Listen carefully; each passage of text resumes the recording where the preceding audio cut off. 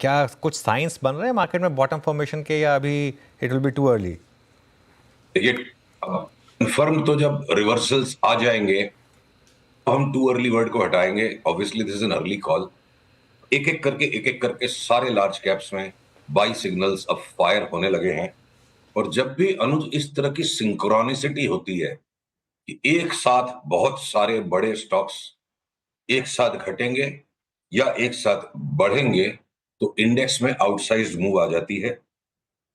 और ये इंटरनल्स को, इंडेक्स के सारे स्टॉक्स को देखते हुए, और फ्यूचर्स में भी, जो वाइडर फ्यूचर्स में भी, मतलब बेच के कमाने लायक बहुत ही कोई रेयर चार्ट दिख जाए तो दिख जाए, वो ना समझी या मूर्खता ही लगेगी अब तो मुझे ये प्लान दिमाग में लेके चलने में कोई संकोच नहीं है कि हम जनवरी में 27,500 के साथ छेड़छाड़ कर सकते हैं। ये भविष्यवाणी नहीं है, ये मानसिक खुलापन है, और ये तैयारी है 27,500 पर भंगड़ा मचाने की। 27,500 पे भंगड़ा मचाने की तैयारी है, तो उस भंगड़ा में लीड डांसर्स कौन होंगे सुशील? सबसे ज़्यादा इंडेक्स में कौन से स्टॉक्स चलेंगे? तो देखो, एक पिक्चर आई थी ना, वीरे की शादी या कौन सी, तो मतलब, वीरे दी वेडिंग। हाँ, वीरे दी वेडिंग। तो भाई, हाँ। अब वीरे दी वेडिंग है तो सबको नाचना है, वैसा वैसा पिक्चर बन रहा है बाजार में। अब मान लो लीडिंग में मैं बोलूं Reliance will lead from the front, ये तो ये गलत हो जाएगा कि भाई भारती की क्या कमी है, भारती को बाजार में तेजी की शादी है, उसमें भारती को भी नाचना है। देखिए, पीसीआर से बोलिए, चार्ट दिखाएंगे जरा भारती की स्क्रीन पे, लाइन से एक एक चार्ट दिखाऊं, सन्नाटा छा जाए मंदी वालों के दिमाग में। ऐसी चार्ट्स बनी हुई है, बस इनको कड़क घूमने दीजिए। अगर चार्ट आ गई है स्क्रीन पे तो ये देखो आप, भारती की चार्ट हो गई, ब्रेकआउट आ रहा है, ये एबीसी वेव था, अगला पड़ाव कहां जा सकता है जी? यहां आ सकता है, आ सकता है, और आ जाएगा में फर्क है। अभी हम आ सकता है लेके ही चलेंगे। वैसे हमारी आदत है थोड़ा कड़क ठोस बातें करने की। अब रिलायंस अगर 2-4 दिन का खाली समय गुजार दे यहाँ पे, एक बार के लिए, फिलहाल उसमें थोड़ी सी लैग है, जैसे ये इस लाल लाइन के ऊपर जाएगा, रिलायंस को भी अगर 1800 चले जाना है, मैं आपको लास्ट टाइम ये बोल के गया था, लीवर को हम नहीं लेंगे, उसको छोड़ के हम बाकी सारे एफएमसीजी लेंगे। बताओ, लीवर में भी बाई का पैटर्न तैयार हो गया। उन्हीं लीवर भी अब अगर यहां से 3050 3100 तक वापस जाएगा, टेलीकॉम के अंदर जितने भी स्टॉक्स हैं, भारती के अलावा Indus tower, Vodafone idea, FMCG के अंदर में इवन डाबर जैसा स्टॉक बोलता है मैं 30% ऊपर कूद मारूंगा, और लीवर भी अब तैयार है। तो मतलब वही समस्या हो गई कि पैसे तो उतने ही, और इंडेक्स अब 27,500 जाएगी, हम क्या ले क्या ना ले।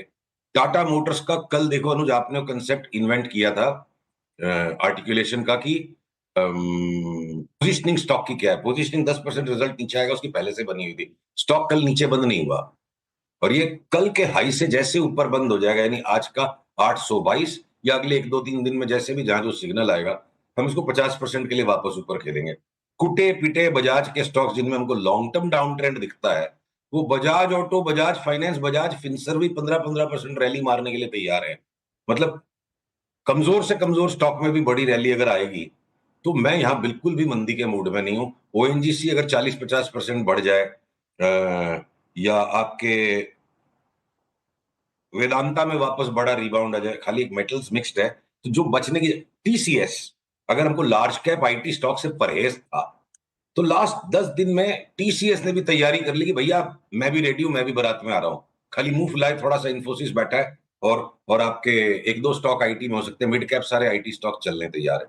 देखिए, बारात तैयार हो रही है, और ये जो असमंजस सा मचा हुआ है, इज इट टू अर्ली, बाजार में बॉटम हुआ कि नहीं, देखिए थोड़ी अनिश्चितता के बिना तो मजा नहीं आएगा।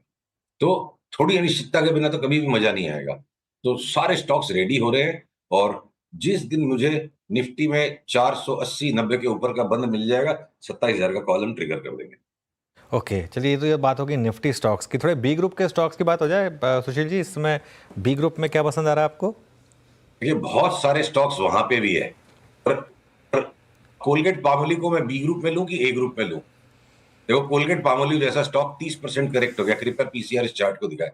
इसको इसको डिलीवरी लेके ही कमाया जा सकता है, बी ग्रुप टाइप का स्टॉक ही है, तो जो मार्केट कैप और जो साइज उस हिसाब से, ये कोलगेट भी अगर यहाँ से 50% बढ़ जाएगा, आपके एंजल वन और वो जो जितने भी हमारे पुराने कैश के बाई कॉल्स थे, वो सारे बिल्कुल वायलेंटली ऊपर जाते लग रहे हैं। जाइडस लाइफ भी ऐसे तो एफ एंड ओ में है, पर फार्मा में एकमात्र खाली जाइडस लाइफ ही हम लेंगे, बाकी सारे फार्मा से हम आउट है, और हो सकता है फार्मा पे हम सिलेक्टिवली शॉर्ट कर दें। अब आपका एसबीआई लाइफ वैसे एफ&ओ में है, पर डिलीवरी में सौदा लेके पैसा बनेगा। तो अब अगर जेके सीमेंट एफ&ओ में है पर खड़ा नहीं कर सकते सौदा, आइडिया को एफ&ओ में खड़ा करके सौदा मजा नहीं आएगा। तो I think second tier stocks को भी मैं बी ग्रुप में गिनूंगा, और जो बिल्कुल छोटे वाले जो स्टॉक्स हैं, पहले पहले मतलब हलवा तो खा ले बढ़िया से हम, फिर देखेंगे लास्ट में पान वान खाना है क्या। ये 30, 35, 40% के रिटर्न से मुझे ए ग्रुप के स्टॉक्स दे सकते हैं 2 से 3, 4 महीने में। तो हम बी ग्रुप पे भी नेक्स्ट वीक तक आपसे डिटेल्ड लिस्ट बना के बात करेंगे। भी तो इनको ही लेने के लिए पैसे कम पड़ रहे हैं, और इनके फर्म रिवर्सल सिग्नल्स को इन प्लेस आने दीजिए। बी ग्रुप में भी जहां जहां हमने लास्ट 3 महीने में बाइज आइडेंटिफाई किए हैं, वो सारे वापस कंसोलिडेट होकर वापस वापस बड़े ब्रेकआउट्स देने के लिए रेडी है। ओके। और नॉन एफ&ओ में भी कोई स्टॉक आपको अच्छा लग रहा है? दुनिया भर के स्टॉक्स है, आप कुछ नाम पूछो, मैं आपको तुरंत सब पे टिप्पणी देते जाता हूँ। नहीं, मैं अपनी तरफ से कुछ नहीं पूछूंगा। अगर आपको कोई एक दो स्टॉक जो अच्छे लग रहे हैं, थोड़े हायर मार्केट कैप के, एकदम छोटे नहीं, थोड़े लार्ज मार्केट कैप के बता सकें तो। चलिए देखिए, मैं आपको बोलता हूं कि इंजीनियर्स इंडिया लिमिटेड इंजीनियरिंग में है, और अगर हम आईटी के अंदर अगर हम जाएं तो बिरला सॉफ्ट में मुझे एक 35% की तेजी का पंट नजर आता है, कोई सस्टेनेबल ट्रेंड नहीं। पीएसयू बैंक्स, इनमें कोई 4 महीने का सस्टेनेबल ट्रेंड नहीं, अचानक से किसी टाइम आप देखोगे 30-40% की स्पर्ट मच जाएगी। लॉजिस्टिक्स में आपको जो भी स्टॉक्स पसंद आए आप ले लो। एमएनसी स्टॉक्स में भी जो छोटे वाले कुछ स्टॉक्स हैं, इनमें हमारे पुराने बाइज रहे हैं, जैसे कि आपके कमिंस में बाई आ जाएगा, साब में आ रहा है। जी पावर इंडिया लिमिटेड हमको लगता है ऐसे 1,000 रुपए तक की तेजी है, मतलब ये मल्टी बैगर कॉल है। अगर अगर मैं री एंट्री मारना चाहूं तो ग्लाक्सो स्मिथ क्लाइन का भी साइडवेज करेक्शन हो गया, ये 2580 का लेके 3400-3500 बिक जाएगा, कोई बड़ी बात नहीं लगती है। टाटा हनीवेल में भी जो करेक्शन इतना होना था हो गया, 43,000 का वापस 60 होके अगली चाल में हमें 70,000 लगता है। आईटीडी सीमेंटेशन तब हो गया, जितना पुलबैक और करेक्शन होना था, अब हम बाई के सिग्नल की वेट कर रहे हैं। आईटीडी सीमेंटेशन अनुज याद होगा 2020 में हमने 10 बैगर का कॉल आपसे टीवी 18 पे दिया था, अभी तक हम बरकरार है इसमें, और 20 भाव से लेकर 530-40 वाला 650-700 तक की चाल बन जाए तो बड़ी बात नहीं है। जॉन कॉकरेल इंडिया लिमिटेड करके एक स्टॉक है जो साइडवेज कंसोलिडेशन दे रहा है, अभी अभी हम इसको साइडवेज में एक्यूमुलेट करते रहेंगे 5200-5300 के भाव में, और जिस दिन ये 6,400 के ऊपर चला जाएगा, हम उस सौदे को डबल कर देंगे 12,000 की चाल खेलने के लिए। तो अलग अलग पॉकेट्स में बाजार के अनुज अलग अलग अपॉर्चुनिटीज घूम फिर के बार बार तेजी की तरफ ही बन रही है।